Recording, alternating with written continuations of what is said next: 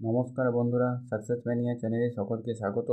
তো আজকে RRB group ডির প্রিভিয়াস ইয়ার যে কোশ্চেন বাংলাতে হচ্ছে, সেই প্রিভিয়াস ইয়ার কোশ্চেনের আজকে 8 নম্বর ক্লাস। তো তোমরা এখানে দেখতেই পাচ্ছ যে 1-2-12-2025 হয়েছিল এক্সামটি 12:45 থেকে 2:15। তার সেকেন্ড শিফটে আরআরবি লেভেল 1 স্টেজ 1 অর্থাৎ আরআরবি গ্রুপ ডির এক্সাম হয়েছে। এই এক্সামের যে সমস্ত কোশ্চেন জিকে এবং সায়েন্সের প্রথম থেকে শেষ পর্যন্ত করিয়ে দেবো।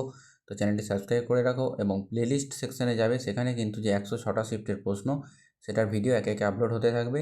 তো সেই সমস্ত ভিডিও পাওয়ার জন্য প্লেলিস্টটি তোমরা সেভ করে নিও এবং চ্যানেলটি সাবস্ক্রাইব করে রেখো। তো চলো শুরু করে দেওয়া যাক। এখানে দেখো, প্রথমে জেনারেল সায়েন্স থেকে স্টার্ট হচ্ছে। প্রথম প্রশ্ন হলো, সমতাবিহীন সমীকরণটি দেখুন। কোনটি হবে? -C2H6 plus -O2 -CO2 plus H2O।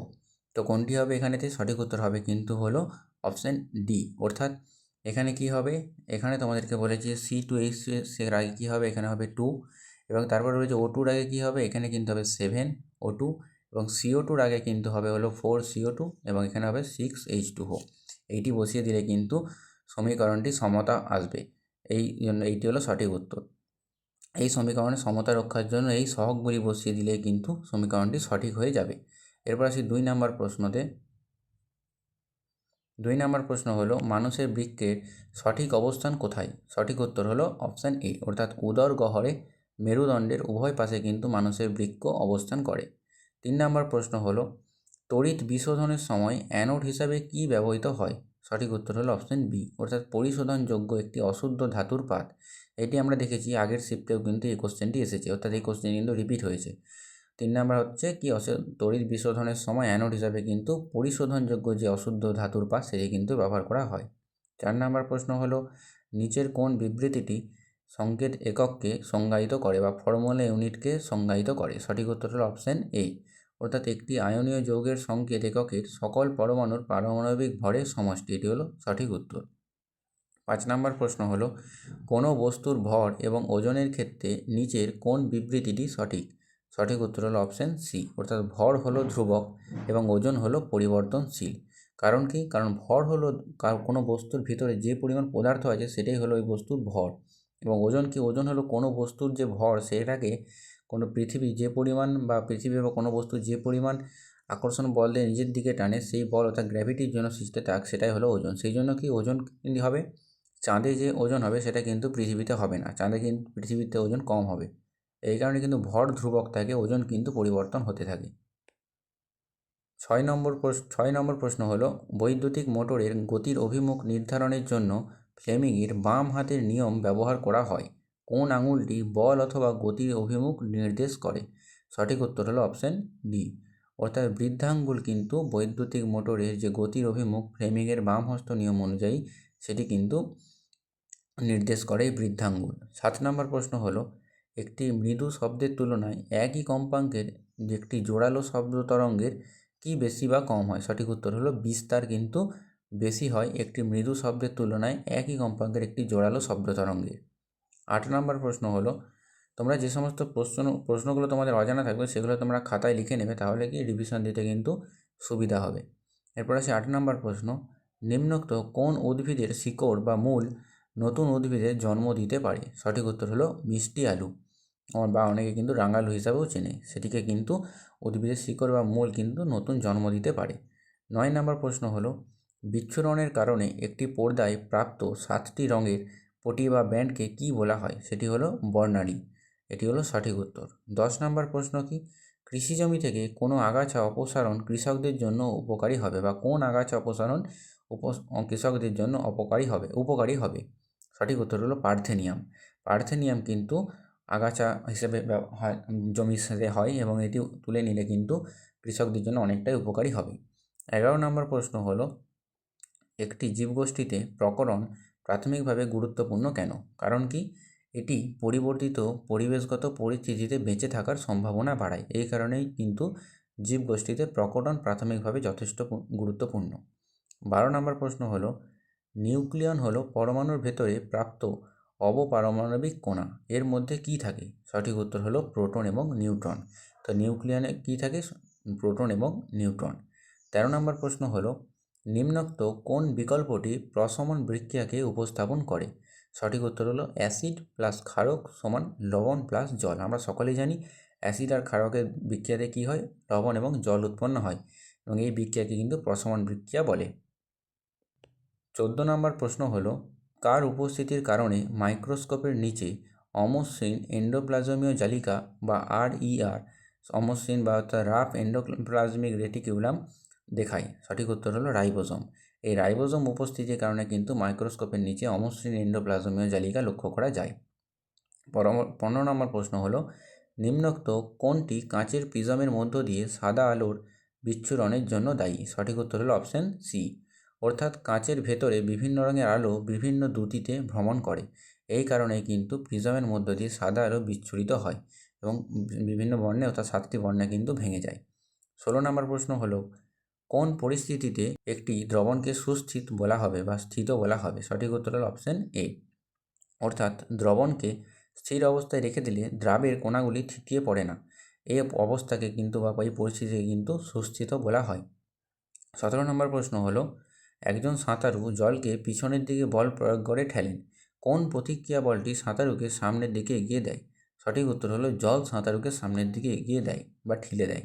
এখানে কি হচ্ছে, এখানে সাঁতারু যে জলকে পিছনের দিকে বল প্রয়োগ করছে, এর ফলে কী হয়, সাঁতারুর দ্বারা কিন্তু ক্রিয়া হয়, এবং এর প্রতিক্রিয়া কী হয়, প্রতিক্রিয়ায় কিন্তু জল দ্বারা যে বল প্রয়োগ হয় সেই বল কিন্তু সাঁতারুকে সামনের দিকে এগিয়ে যেতে সাহায্য করে। 18 নম্বর প্রশ্ন হলো, কোনো বস্তুর বেগ বাড়িয়ে তার আসল মানের দ্বিগুণ করা হলো, বস্তুটির গতিশক্তি কী হবে? বস্তুটির গতিশক্তি কিন্তু আসল মানের 4 গুণ হবে। এটি হলো সঠিক উত্তর। 19 নম্বর প্রশ্ন হলো, কি বলতে একই সময়ে একই জমিতে একটি নির্দিষ্ট ধরন মেনে 2 বা ততোধিক শস্য ফলানোকে বোঝায়? এটি হলো ইন্টারক্রপিং। এই প্রশ্নটি কিন্তু আগের একটি শিফটে এসেছিল। তো ইন্টারক্রপিং বলতে কী বোঝায়, যে একই জমিতে একটি নির্দিষ্ট ধরন মেনে 2 বা ততোধিক শস্য ফলানোকে বোঝায় হলো ইন্টারক্রপিং। একসাথেই কিন্তু এটি করা হয়। 20 নম্বর প্রশ্ন হলো, 20 ওহম রোধের একটি বৈদ্যুতিক হিটারকে 220 ভোল্ট সাপ্লাইয়ের সঙ্গে সংযুক্ত করা হলো, তা 10 মিনিটের জন্য কার্য করে, উৎপাদিত তাপের পরিমাণ কত? তো তোমরা যে এই 20 অঙ্কটি, এই অঙ্কটি তোমরা কীভাবে করবে, এবং এই অঙ্কটি করবার জন্য যে সূত্র তোমাদের প্রয়োজন হবে, সেই সূত্র কিন্তু দুটি সূত্র লাগবে। প্রথম সূত্র কী লাগবে? প্রথম সূত্র হলো P সমান ভি স্কোয়ার বাই আর, এবং দ্বিতীয় কোন সূত্র লাগবে? দ্বিতীয় সূত্র লাগবে কিন্তু H সমান পি ইন্টু টি। তো প্রথমে আমাদেরকে এখান থেকে পি বার করতে হবে এবং তারপরে কিন্তু H বের করতে হবে, যেটি হলো উৎপাদিত তাপের পরিমাণ। তো চলো শুরু করি, কীভাবে করবে দেখিয়ে দিই। তো এখানে দেখো প্রথম যে সূত্র আছে, অর্থাৎ পি সমান ভি স্কোয়ার বাই আর, এটা কিন্তু তোমাদেরকে বের করতে হবে। পি এর মান হচ্ছে কিন্তু পাওয়ার। তো পি সমান কত? এখানে ভি স্কোয়ার বলেছে, ভি মানে কত? এখানে ভি মানে হলো কিন্তু 220 ভোল্ট, এবং আর এর মান কত? আর এর মান কিন্তু দিয়েছে 20 ওহম। তো এখানে যদি বসিয়ে দাও 220 ইন্টু 220 বাই 20, তো এখান থেকে কাটাকুটি করার পরে কত আসবে? এখান থেকে কাটাকুটি করার পরে কিন্তু আসবে হলো, এখানে কাটাকুটি করলে আসবে হলো 2 11, আসবে হলো 4840 ওয়াট। তো এটা তোমরা একটা খাতায় লিখে রাখো, যে তাহলে পি এর মান কত বেরোলো? 4840। তো পি এর মান এখানে কত এসেছে? 4840। এরপরে বার করতে হবে যে উৎপাদিত তাপের পরিমাণ কত। তাপ বের করার জন্য কোন সূত্র লাগবে? যে হিট এনার্জি সমান কি? পাওয়ার ইন্টু টাইম। সেটার জন্য কি করতে হবে? এখানে হলো 4840 ইন্টু টাইম, এখানে কত বলেছি? 10 মিনিট। এখানে বার করো যে 10 মিনিট মানে কত? 10 মিনিট মানে কিন্তু 6000 সেকেন্ড। তো এখানে কিন্তু 6000 দিয়ে গুণ করো তোমাদের। তো 6000 দিয়ে গুণ করবার পরে কি আসবে? এখানেতে 6000 দিয়ে গুণ করার পরে কিন্তু আসবে হলো 2.904 ইন্টু 10⁶। এখান থেকে কিন্তু আর একটু যদি 2 দিয়ে করা হয়, ভাগ করা, সেক্ষেত্রে কিন্তু এটি উত্তর আসবে যে 1.45 ইন্টু 10⁶। এটি হলো কিন্তু সঠিক উত্তর। এভাবেই কিন্তু তোমাদেরকে অঙ্কটা করতে হবে। তো কোন দুটো সূত্র কাজে লাগলো তোমাদের? পি সমান ভি স্কোয়ার বাই আর এবং এইচ সমান পি ইন্টু টি। 21 নম্বর প্রশ্ন হলো, স্থিরানুপাত সূত্র অনুসারে কোনটি সঠিক? এতে কী বলেছে যে জলে হাইড্রোজেন এবং অক্সিজেনের ভরের অনুপাত সর্বদা 1:8 হয়, এটি কিন্তু সঠিক। অপশান বিতে কী বলেছে কার্বন ডাইঅক্সাইডে কার্বন এবং অক্সিজেনের ভরের অনুপাত সর্বদা 3:8 হয়, এটিও কিন্তু সঠিক। অ্যামোনিয়াতে নাইট্রোজেন এবং হাইড্রোজেনের ভরের অনুপাত সর্বদা 14:1 হয়, এটি 14:1 হয়, এটি কিন্তু ভুল। তো কোনটি সঠিক উত্তর হবে? অপশান সি হলো সঠিক উত্তর, অর্থাৎ শুধুমাত্র এ এবং বি। 22 নম্বর প্রশ্ন কি? নিম্নোক্ত অঙ্গগুলির মধ্যে কোনটি মানব পুং জননতন্ত্রের একটি অংশ? সঠিক উত্তর হলো প্রোস্টেট গ্ল্যান্ড বা প্রোস্টেট গ্রন্থি। 23 নম্বর প্রশ্ন হলো, একজন ব্যক্তি একটি চলমান বাসে দাঁড়িয়ে আছেন এবং বাসটি হঠাৎ থেমে গেল। এই ব্যক্তির সামনের দিকে পড়ে যাওয়ার উপক্রম হয়। এই ঘটনার জন্য কোন গতীয় সূত্রটি সরাসরি দায়ী? সেটি হলো কিন্তু নিউটনের প্রথম গতিসূত্র। এবং এটি কী কারণে হয়? এটি কিন্তু হয় জাড্ডের কারণে। এবং এই জাড্ড আমরা কোন সূত্র থেকে পাই? এই নিউটনের প্রথম গতিসূত্র থেকে কিন্তু আমরা জাড্ডের ধারণা কিন্তু পাই। 24 নম্বর প্রশ্ন হলো, অতিরিক্ত বাতাসে হাইড্রোকার্বনের দহনের ফলে সর্বশেষ বিক্রিয়াজাত বা বিক্রিয়া পদার্থ হিসাবে সর্বদা কী পাওয়া যায়? সঠিক উত্তর হলো কার্বন ডাইঅক্সাইড এবং জল, এই দুটি কিন্তু পাওয়া যায় হাইড্রোকার্বনের দহনের ফলে। 25 নম্বর প্রশ্ন হলো, কোনটি কোষের গঠনগত অঙ্গ সংস্থানের অংশ নয়? সঠিক উত্তর হলো হৃৎপিণ্ড। হৃৎপিণ্ড কিন্তু কোষের গঠন এবং অঙ্গ সংস্থানে কিন্তু লাগে না, সঠিক উত্তর হলো হৃৎপিণ্ড। তাই কোনগুলো লাগে? কোনগুলো লাগে? Option A mitochondria, option B cytoplasm, option C কোষ প্রাচীর। তো এখানে বিজ্ঞানের প্রশ্ন শেষ হলো এবং কারেন্ট অ্যাফেয়ার্স এবং জিকের প্রশ্ন স্টার্ট করা যাক। তো তোমরা এখানে দেখতেই পাচ্ছ যে 81 নম্বর প্রশ্ন থেকে general awareness and current affairs start হচ্ছে। তো চলো শুরু করে দিই।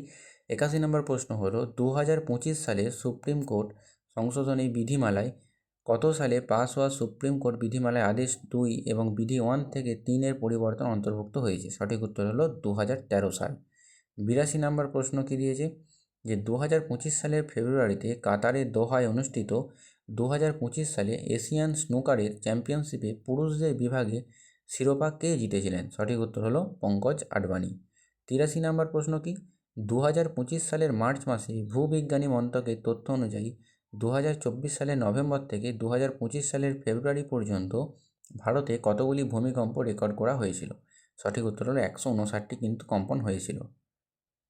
84 নম্বর প্রশ্ন হলো, 2025 সালের জুন মাসে বিশ্ব ওয়াইফাই দিবস সম্মেলনে কেন্দ্রীয় যোগাযোগ মন্ত্রী শ্রী জ্যোতিরাদিত্য সিন্ধিয়া কত সালের মধ্যে ভারতে ওয়াইফাই 1,83,000 কোটি এর খাতে পরিণত হবে বলে পূর্বাভাস দিয়েছেন? সঠিক উত্তর হলো 2035। 85 নম্বর প্রশ্ন হলো, 2025 সালের এপ্রিল মাসে নিচের কোন বিধিমালা কার্যকর হয়েছিল? সঠিক উত্তর হলো পরিবেশ সুরক্ষা বিধিমালা। 86 নম্বর প্রশ্ন হলো, 2025 সালের জুন মাসে কোন মন্ত্রী রাজস্থানের বীজ ও সারের গুদামগুলিতে অতর্কিত অভিযান চালিয়েছিলেন? সঠিক উত্তর হলো কিরোড়ি লাল মিনা। 87 নম্বর প্রশ্ন হলো, কোন ক্রীড়াবিদ 2025 সালের জানুয়ারিতে অ্যাথলেটিক্সের জন্য অর্জুন পুরস্কার জিতেছিলেন? সঠিক উত্তর হলো জ্যোতি ইয়ারাজি।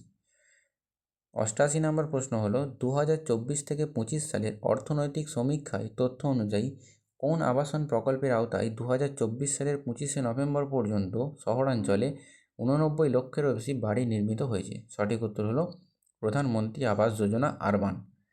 এই প্রকল্পের মাধ্যমে কিন্তু 89 লক্ষেরও বেশি বাড়ি নির্মিত হয়েছে। 89 নম্বর প্রশ্ন, 2025 সালের মে মাসে কোন রাজ্য সরকার ভিস্তাডোম কোচ দিয়ে সজ্জিত ভারতের প্রথম জঙ্গল সাফারি ট্রেন চালু করে? সেটি হলো উত্তরপ্রদেশ। 90 নম্বর প্রশ্ন, 2025 সালের মে মাসে কোন দুটি দেশের মধ্যে চাগোস দ্বীপপুঞ্জের সার্বভৌমত্ব চুক্তি স্বাক্ষরিত হয়েছিল? সঠিক উত্তর হলো যুক্তরাজ্য এবং মরিশাস। 91 নম্বর প্রশ্ন, 2025 সালের 9 জুন কোন ভারতীয় কেন্দ্রশাসিত অঞ্চলের বিধানসভা প্রথম ন্যাশনাল বিধান অ্যাপ্লিকেশন গ্রহণ করে? সঠিক উত্তর হলো পুদুচেরি। 92 নম্বর প্রশ্ন, 2025 সালের মে মাসে কেন্দ্রীয় মন্ত্রী অশ্বিনী বৈষ্ণব কোথায় দেশের অগ্রণী 3 ন্যানোমিটার চিপ ডিজাইন কেন্দ্রগুলির উদ্বোধন করেছিলেন? সঠিক উত্তর হলো নয়ডা এবং বেঙ্গালুরু। তো তোমাদেরকে বলে রাখি যে এই ইউটিউব চ্যানেলটির প্লেলিস্টে যাবে, প্লেলিস্টে কিন্তু যে 106টা শিফটের কোশ্চেন সেটা কিন্তু একে একে আপলোড হবে। তো চ্যানেলটি সাবস্ক্রাইব করে নেবে এবং প্লেলিস্টে যে দেবে একটা প্লেলিস্ট করে দেওয়া আছে RRB group D previous year question, ওই প্লেলিস্টটি সেভ করে দেবে, ওখানে কিন্তু সমস্ত ভিডিও আপলোড হবে। এবং কেমন লাগছে তো সেটা তোমরা কমেন্টে জানিও এবং কী করলে ভালো হয় সেটাও জানিও। তাহলে ভিডিওগুলো আরও ভালো করে তৈরি করতে পারবো। তারপর আসি পরবর্তী প্রশ্নতে, সময় নষ্ট করব না তোমাদের। 93 নম্বর প্রশ্ন, স্পেস অ্যাপ্লিকেশনের জন্য নির্মিত বিক্রম 3201 এবং কল্পনা 3201 মাইক্রো প্রসেসরগুলির কী ধরনের মাইক্রো প্রসেসর? সঠিক উত্তর হলো 32 বিট মাইক্রো প্রসেসর। 94 নম্বর প্রশ্ন হলো, IMF এর 2025 সালের এপ্রিলের ওয়ার্ল্ড ইকোনমিক আউটলুক অনুসারে 2025 সালের জন্য ভারতের প্রত্যাশিত জিডিপি প্রবৃদ্ধির হার কত? সঠিক উত্তর হলো 6.25%। তো 95 নম্বর প্রশ্ন, 2025 সালে কোন প্যারা সাঁতারু অর্জুন পুরস্কার পেয়েছিলেন? সঠিক উত্তর হলো মুরলীকান্ত পেটকার। সেটি হলো সঠিক উত্তর। এনাকে নিয়ে কিন্তু একটি নতুন সিনেমাও বানানো হয়েছে। 96 নম্বর প্রশ্ন হলো, 2025 সালের মে মাসের শেষের দিকে কোন দুটি দেশ চাগোস দ্বীপপুঞ্জের উপর সার্বভৌমত্ব হস্তান্তর বিষয়ক একটি চুক্তি স্বাক্ষর করে? সঠিক উত্তর হলো ইউকে এবং মরিশাস। 97 নম্বর প্রশ্ন, 2025 সালে প্রকাশিত রিভাইজ গ্রিন ইন্ডিয়া মিশন পরিকল্পনার অধীনে কোন অঞ্চলটিকে ঝুঁকিপূর্ণ ভূদৃশ্যের তালিকায় অন্তর্ভুক্ত করা হয়েছে? সঠিক উত্তর হলো আরাবল্লী পর্বতমালা। 98 নম্বর প্রশ্ন, 2025 সালে অস্ট্রেলিয়ান ওপেনে ম্যাডিসন কিজ যখন তার প্রথম গ্র্যান্ড স্ল্যাম শিরোপা জিতেছিলেন তখন ফাইনালে তার প্রতিপক্ষ কে ছিলেন? সঠিক উত্তর হলো অ্যারিনা সাবালেঙ্কা। 99 নম্বর প্রশ্ন, নতুন পাম্বান সেতুর তামিলনাড়ু, যেখানে ভারতের তামিলনাড়ুতে অবস্থিত, কোন বৈশিষ্ট্যটি সামুদ্রিক যান চলাচলকে সহজতর করে? সঠিক উত্তর হলো ভার্টিক্যাল লিফট। 100 নম্বর প্রশ্ন, তার শেষ প্রশ্ন, SBIয়ের 2025 সালের জানুয়ারির প্রতিবেদন অনুযায়ী 24 অর্থবর্ষে ভারতের নগরাঞ্চলের দারিদ্র্যের হার কত ছিল? 4.09%। এটি হলো সঠিক উত্তর। তো প্রথম থেকে শেষ পর্যন্ত দেখার জন্য সকলকে অসংখ্য ধন্যবাদ। চ্যানেলটি তোমরা সাবস্ক্রাইব করে রেখো এবং প্লেলিস্টে যে তোমরা ভিডিওগুলো একে একে দেখতে থাকো। কেমন লাগলো কমেন্টে জানিও। ধন্যবাদ।